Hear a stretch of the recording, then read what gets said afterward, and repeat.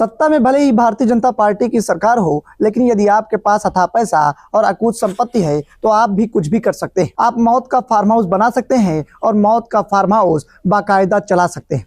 जी हाँ, मौत के फार्म हाउस से तात्पर्य मुर्दों का इलाज करने वाले अस्पताल से है। ये कोई मनगढ़ंत कहानी नहीं, ये उत्तर प्रदेश के रायबरेली जनपद की चौंकाने वाली हकीकत है, जिसे सुनने के बाद आपके भी पैरों तले जमीन खिसक जाएगी।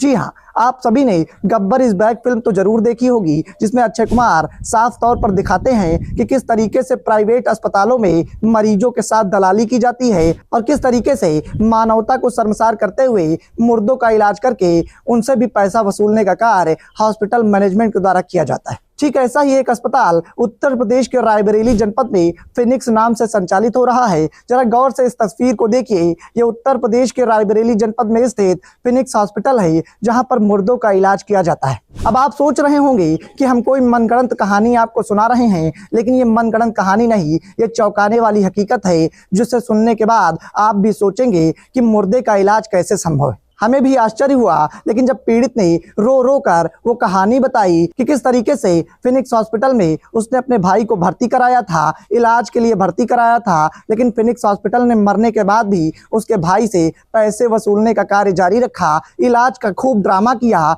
घंटों तक परिजनों को गुमराह किया और उसके बाद जब मरीज की मौत हो गई तो उसे परिजनों को सौंप दिया। जी हाँ, पहले इस बयान को जरा गौर से आप सुन लीजिए, उसके बाद हम बताएंगे कि रायबरेली जनपद में फिनिक्स नाम से संचालित हो रहे इस मौत के फार्म हाउस का संचालन करता कौन है और इसे संरक्षण कौन दे रहा है। पहले जरा गौर से इस दर्द भरी कहानी को सुनिए। आपका अनिल साहू। कहाँ के रहने वाले? सनका मऊ। थाना कौन सा है? गुरबकसगंज। क्या समस्या है, क्या हुआ? समस्या ये है कि हमको इन्होंने, हमारे भाई ने फ़ोन किया है, हमने आए 10 बजे करीब में, हमने देखा बॉडी को वो ऑक्सीजन लगा हुआ था। जाके मरीज के पास गए तो देखा पलटी कर दिया है। पलटी करने के बाद हमने डॉक्टर से बोला कि डॉक्टर साहब पलटी कर दिया, इसका ऑक्सीजन हटाइए। हटाए उसके बाद उसके नलकी चला के पूरे फेफड़े में वो कर दिया प्रेशर से, और उसके बाद उसकी जीभ बाहर निकल आई। हमने देखा अपनी आँखों से, तब भी इन्होंने अंदर किया और देखा कि बॉडी डेड हो चुकी, तब भी इन्होंने हमसे नहीं बताया, सब लोगों को खेत के बाहर कर दिया। पूरा डिपार्ट लगा था, हमने बताया। और उसके बाद हमने पुलिस को सूचना दी बॉडी को। इसने कहा हमने बाहर को रिफेर कर रहे हैं, एम्स ले जाइए। एम्स ले जाने के लिए हमने लखनऊ की तैयारी किया, 4000 पे गाड़ी मंगाया, एम्स ले जाने की तैयारी किया। बॉडी इन्होंने नीचे उतारा, तभी हमने देखा कि बॉडी डेड हो चुकी, अब एम्स को भेज रहे हैं। तो बोला कि नहीं एम्स ले जाइए। हमने कहा ये बॉडी डेड हो चुकी है, हम कल ले जाएंगे। जो यहाँ लेके आया था एम्बुलेंस वाला, उसका नाम जानते हैं? नहीं, उसका नाम तभी हमने नहीं रहे थे, हमको सभी सुबह सूचना दिया। पुलिस को हमने 112 फ़ोन किया, पुलिस ने आई। उसके बाद दरोगा साहब आए। क्या चाहते हैं आप? हमारा इसने पैसा गुमराह बना के लूटा है। सुबह 10:30 बजे दवा इन्होंने 21,000 की ली। क्या मांग कर रहे हैं आप? अब इन्होंने हमें गुमराह करके हमारे मरीज को मारा है, हमको इसको दंड देना चाहिए। हाँ, पुलिस मौके पर आई है। तो सुना आपने किस तरीके से मरीज के परिजन चीख कर कह रहे हैं कि हम अपने भाई को इलाज के लिए लाए थे, लेकिन मेरे भाई के मरने के बाद भी फिनिक्स हॉस्पिटल में उसका इलाज किया जा रहा था। इलाज का ड्रामा किया गया, पैसे वसूले गए और उसके मरने के बाद हमें सौंप दिया गया।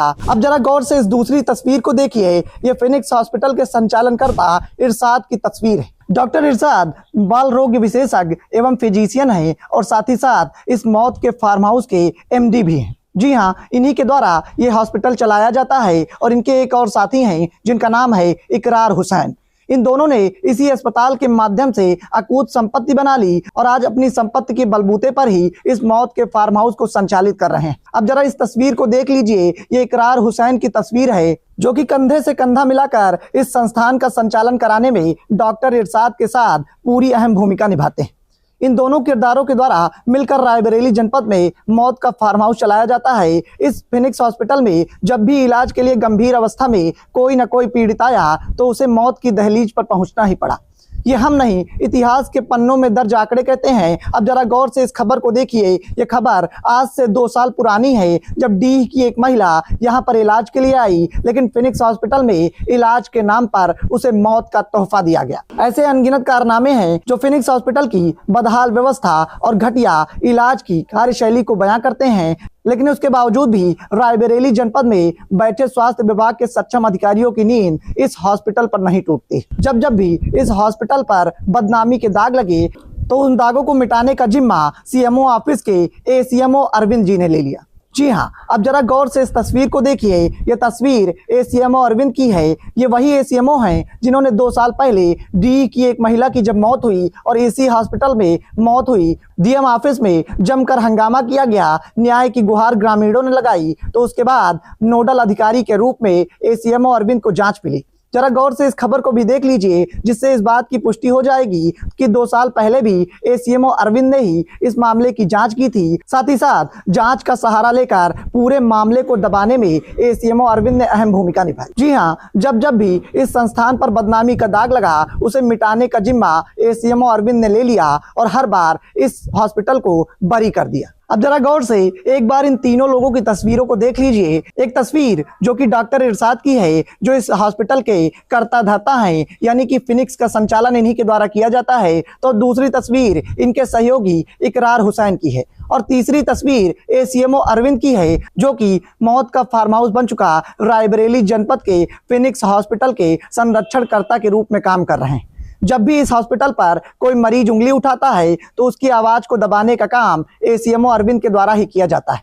अब ऐसे में सवाल ये उठ रहे हैं कि सत्ता में जहां भारतीय जनता पार्टी की सरकार है, तो वहीं पर इकरार और इरशाद हुसैन मौत का फार्म हाउस चला रहे हैं और लगातार हॉस्पिटल में मौत होने के बावजूद भी न हॉस्पिटल में ताला लग रहा है और न ही इस हॉस्पिटल पर कड़ी कार्रवाई हो रही। ऐसे में सवाल ये उठ रहा है कि क्या सत्ताधारी पार्टी के बड़े बड़े आकाओं को भी इकरार और इरशाद हुसैन ने अपने मैनेजमेंट के आगे दबा रखा है? क्या एसीएमओ अरविंद की तरह रायबरेली के सीएमओ नवीन चंद्रा भी इकरार और इरशाद हुसैन के मैनेजमेंट के आगे दम तोड़ चुके हैं? क्या ऐसे ही रायबरेली जनपद में मौत का फार्म हाउस संचालित होगा? क्या ऐसे ही रायबरेली जनपद में स्थित फिनिक्स हॉस्पिटल में मौत का सिलसिला जारी रहेगा? ऐसे तमाम सवाल लगातार चर्चा का विषय बने हुए हैं।